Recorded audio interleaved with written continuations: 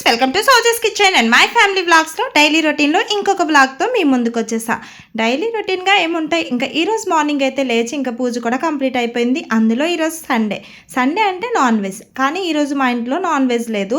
ఎందుకంటే మార్నింగ్ ఇడ్లీ అలాగే సాంబార్ చేస్తున్నాను. అలాగే మా ఇంటి దగ్గర మా అత్తయ్య వాళ్ళు ధ్వజస్తంభం ప్రతిష్ఠ చేస్తున్నారు అనమాట. అందుకోసం అని చెప్పి మేమైతే ఇక్కడ నాన్ వెజ్ తినడం లేదు. ఇంకా మా హస్బెండ్ అయితే నైట్ డ్యూటీ నుంచి వచ్చేసాడు. నైట్ డ్యూటీ నుంచి వచ్చి ఇంకా మళ్ళీ బీ షిఫ్ట్కి అయితే తన డ్యూటీకి వెళ్ళాలి. ఇంకా మామూలు వేషలేరు ఇద్దరు కూడాను.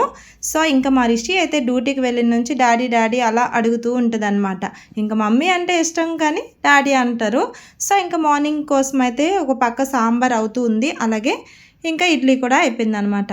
ఇంకా అలా అందరూ కూడాను ఇంకా ఇడ్లీలు అయితే 2-3 సార్లు పెడతాను. ఇంకా అప్పుడైతేనే మాకు సరిపోతాయి. ఇంకా మా రిషి ఒక 5, వర్షి ఒక 5, మా హస్బెండ్ అయితే ఒక 10కి అబోవే కానీ 10కిలో ఎప్పుడూ తిండనమాట. సో ఇంకా అలా తినేసిన తర్వాత ఆఫ్టర్నూన్ లంచ్ కోసం అయితే ఈరోజు పులిహోర చేస్తాను.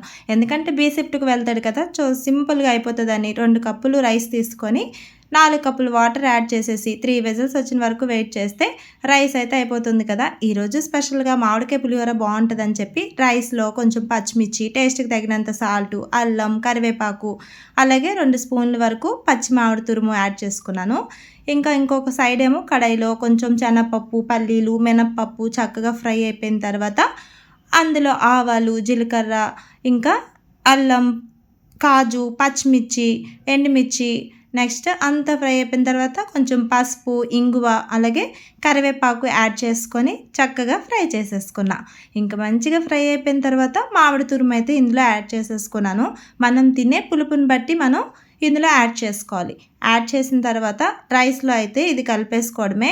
చాలా సింపుల్గా చాలా టేస్టీగా ఉండే పులిహోర అయితే రెడీ అయిపోతుంది. అలాగే ఆఫ్టర్నూన్ తినడానికి కూడా డ్యూటీకి వెళ్ళి తింటాడు కాబట్టి మంచిగా అనిపిస్తుంది అనమాట.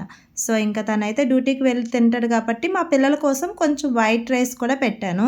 డైలీ జ్యూస్ తాగడం అలవాటు కదా, ఇంకా డ్యూటీకి వెళ్ళే ముందు ఈరోజు అయితే లస్సీ చేసేసాను. ఇంకా ఇద్దరం కూడా లస్సీ తాగేసి ఇంకా తనకైతే బాక్స్ పెట్టేస్తే తనైతే డ్యూటీకి అయితే వెళ్ళిపోతాడు అనమాట. సో ఇంకా డ్యూటీ అయితే ఇప్పుడు హ్యాపీగా 12:30కి అలా వెళ్తాడు. కాకపోతే మార్నింగ్ టిఫిన్ అంతా జ్యూస్ ఇదంతా ఒకేసారి అయిపోవడం వల్ల అక్కడికి వెళ్ళిన తర్వాత తింటున్నాడు అనమాట లంచ్ టైంకి.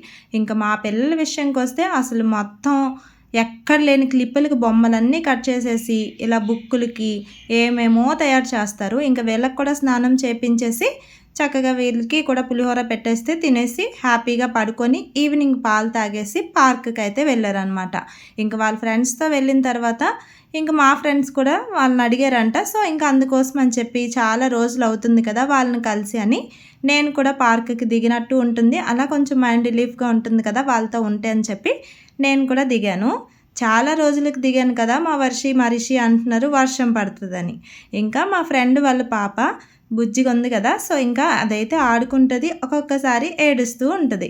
ఇంకా మా పిల్లలు అయితే పార్కుకి వస్తారే కానీ నేను ఎప్పుడు రాను కదా, నాకైతే చాలా విసుగ్గా అనిపించింది.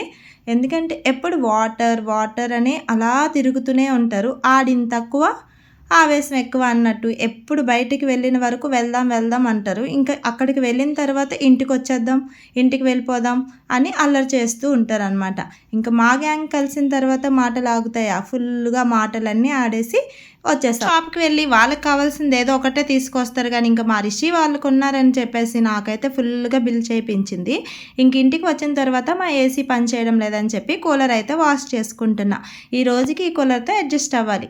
ఎంతవరకు ఎండ్ చేస్తున్నాను. మరి మీకు నచ్చితే కనుక తప్పకుండా లైక్ చేసి మరిన్ని వీడియోస్ కోసం సబ్స్క్రైబ్.